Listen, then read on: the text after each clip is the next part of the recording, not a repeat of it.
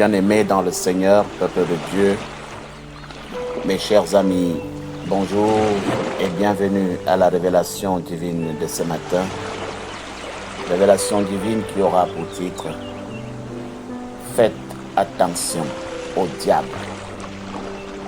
Il est rusé, menteur et il utilise le système. » Faites attention au diable. Il est rusé, menteur et il utilise le système. Je vous invite à lire, mes chers amis, dans le livre de la Genèse, au chapitre 3, du verset 1 au verset 10, voici ce qui est écrit. Le serpent était le plus rusé de tous les animaux des champs que l'Éternel Dieu avait fait. Il dit à la femme, Dieu a-t-il réellement dit, vous ne mangerez pas de tous les arbres du jardin? La femme répondit au serpent, nous mangerons du fruit des arbres du jardin, mais quant au fruit de l'arbre qui est au milieu du jardin, Dieu a dit, vous n'en mangerez point et vous n'y toucherez point, de peur que vous ne mouriez. Alors le serpent dit à la femme, vous ne mourrez point, mais Dieu sait que le jour où vous en mangerez, vos yeux s'ouvriront et que vous serez comme les dieux, connaissant le bien et le mal. La femme vit que l'arbre était bon à manger et agréable à la vue, et qu'il était précieux pour ouvrir l'intelligence. Elle prit de son fruit et en mangea. Elle en donna aussi à son mari, qui était auprès d'elle, et il en mangea. Les yeux de l'un et de l'autre s'ouvrirent, ils connurent qu'ils étaient nus, et ayant cousu des feuilles de figuier, ils s'enfirent des ceintures. Alors, ils entendirent la voix de l'Éternel Dieu qui parcourait le jardin vers le soir, et l'homme et sa femme se cachèrent loin de la face de l'Éternel Dieu, au milieu des arbres du jardin. Mais l'Éternel Dieu appela l'homme et lui dit, où es-tu? Il répondit, j'ai entendu la voix dans le jardin et j'ai eu peur parce que je suis nu et je me suis caché. Parole du Seigneur. Bien-aimés, peuple de Dieu, mes chers amis, une fois de plus, bonjour. Et que la paix du Seigneur qui surpasse l'intelligence des hommes reste et demeure en chacun de vous et à nous tous, dès à présent, demain et pour les siècles des siècles. Amen. Pour vous servir, aujourd'hui, je suis le pasteur Franky Evinondoa. Mes chers amis, une toute petite phrase, un tout petit verset retient toute mon attention. Il est écrit, j'ai entendu ta voix dans le jardin et j'ai eu peur parce que je suis nu et je me suis caché. Mes chers amis, dans le texte que nous avons lu, le serpent, c'est le diable. Le serpent, c'est le diable. Satan en personne. Je vous ai souvent dit que Satan, c'est un adjectif qualificatif qui s'accorde en genre et en nombre avec le nom qu'il qualifie. Satan, c'est lui qui est le serpent ici. C'est un esprit, c'est un ange que Dieu lui-même a créé. Un ange beau, parce que vous devez savoir que le diable est très beau. Mais peut-être à cause de sa beauté, à cause de son pouvoir, parce que Dieu lui avait donné, à cause de sa puissance, il a cru qu'il pouvait rivaliser Dieu. Il s'est révolté contre son père. Il a tourné le dos à son père. Et il est devenu un ennemi. Il est devenu un danger. Et parce qu'il veut nuire à Dieu, parce qu'il convoite la place de Dieu qui est son père, il cherche donc à tout prix et à tous les prix à déstabiliser l'œuvre de son père. Or, Les Saintes Écritures nous annoncent qu'après que Dieu eut créé toutes choses, il a fait un chef-d'œuvre à la fin en créant l'homme.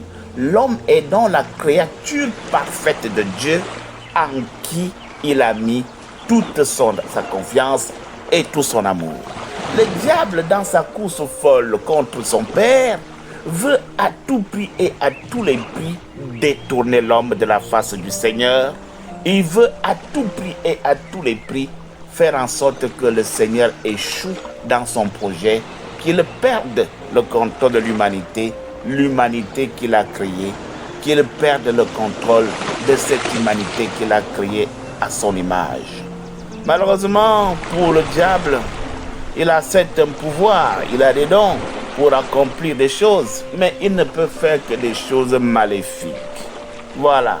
Il dispose d'une armée, une grosse armée, des démons, des diablotins, parce qu'il n'est pas seul.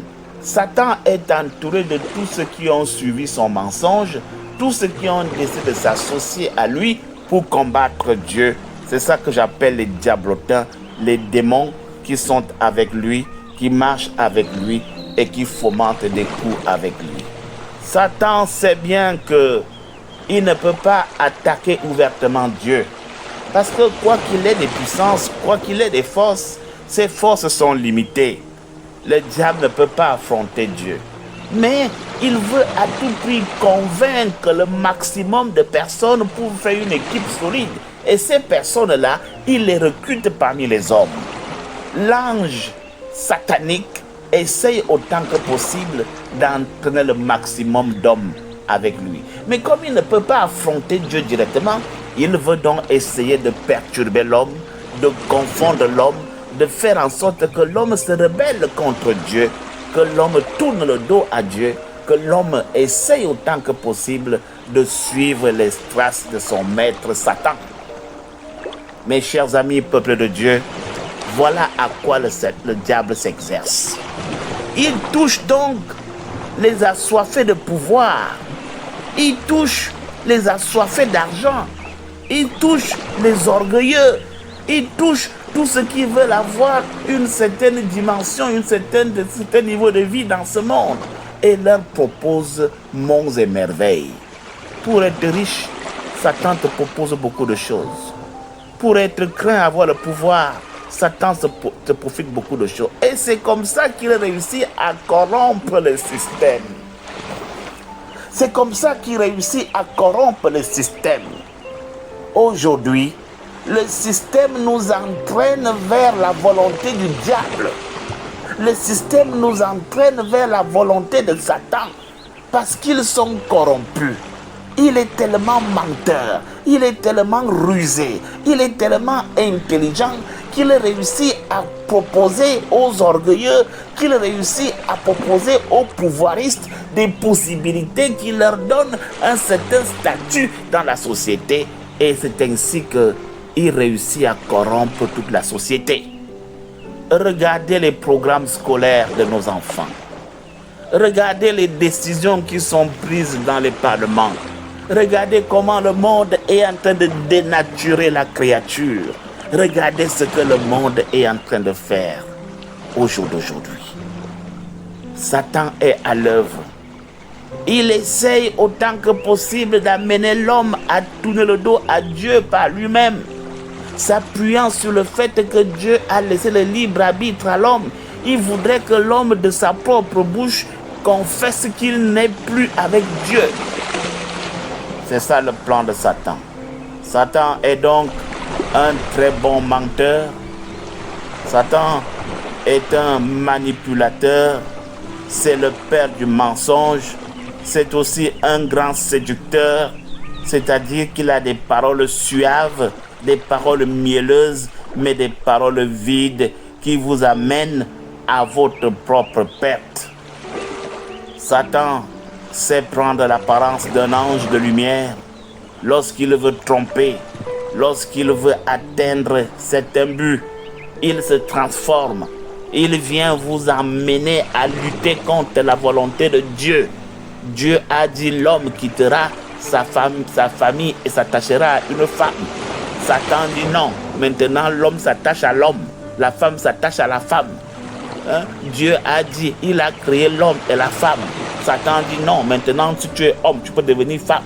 Si tu es femme, tu peux devenir homme. Il est en train de tout tourner pour que le monde tombe avec lui.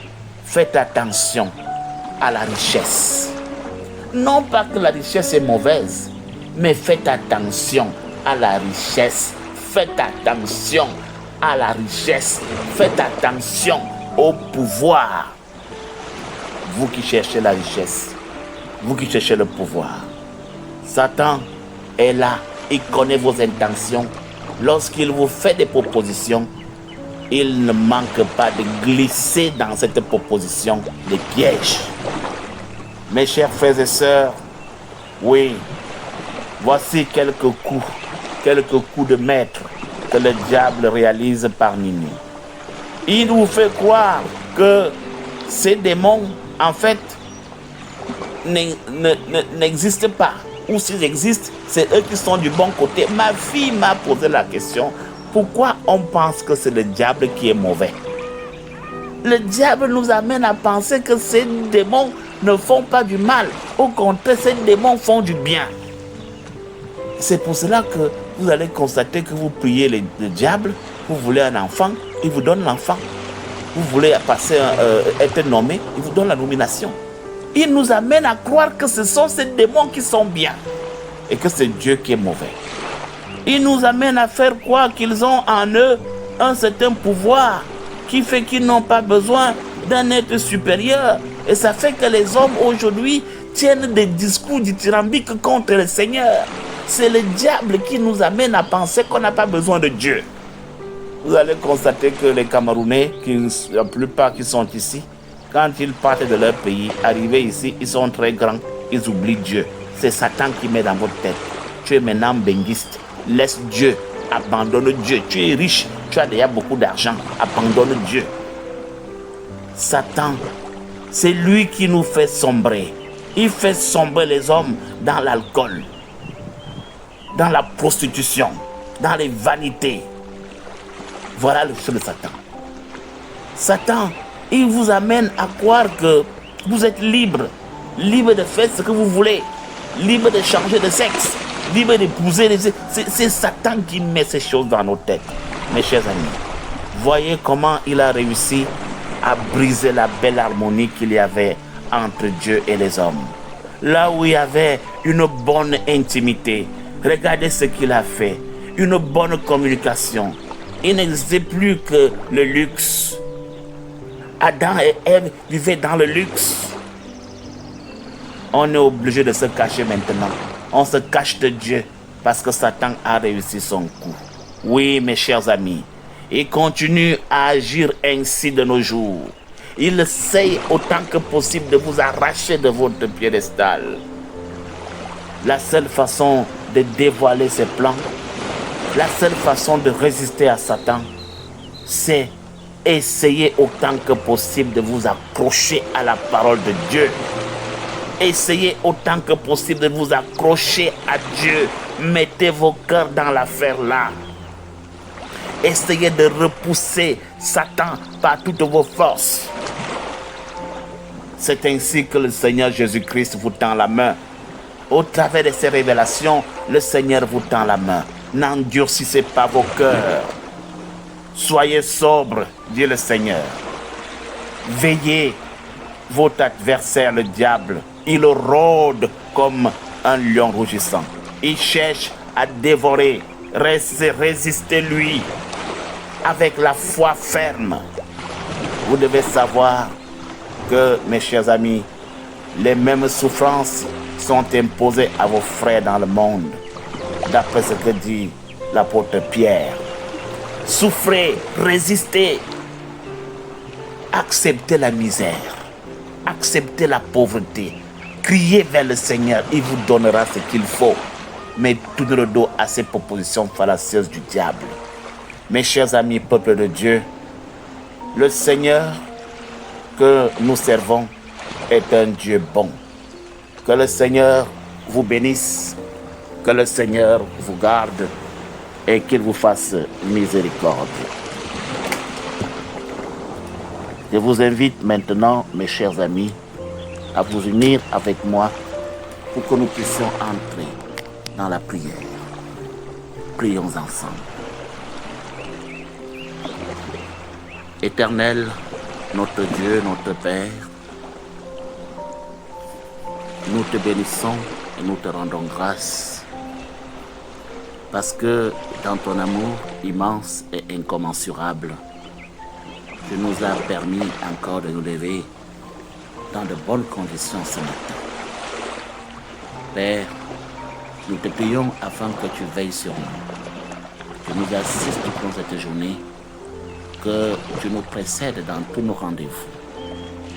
Seigneur, nous voulons te confier toute notre vie, soit dans notre paraclet, soit notre principal artisan, afin que, Seigneur Dieu, nos vies puissent être semblables à celles des enfants que tu as créés. Seigneur, nous te prions afin que tu détruises en nous l'hypocrisie, l'orgueil, la vanité.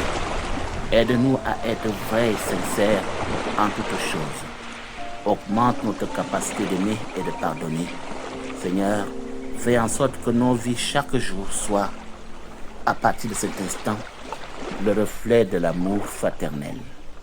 Ces reflets que toi seul tu prônes. Reste avec nous, par Jésus-Christ ton Fils, notre Seigneur et Sauveur, nous t'avons prié. Amen. Bien-aimés dans le Seigneur, peuple de Dieu, voilà la révélation divine de ce matin. Au revoir et à demain pour une nouvelle révélation divine.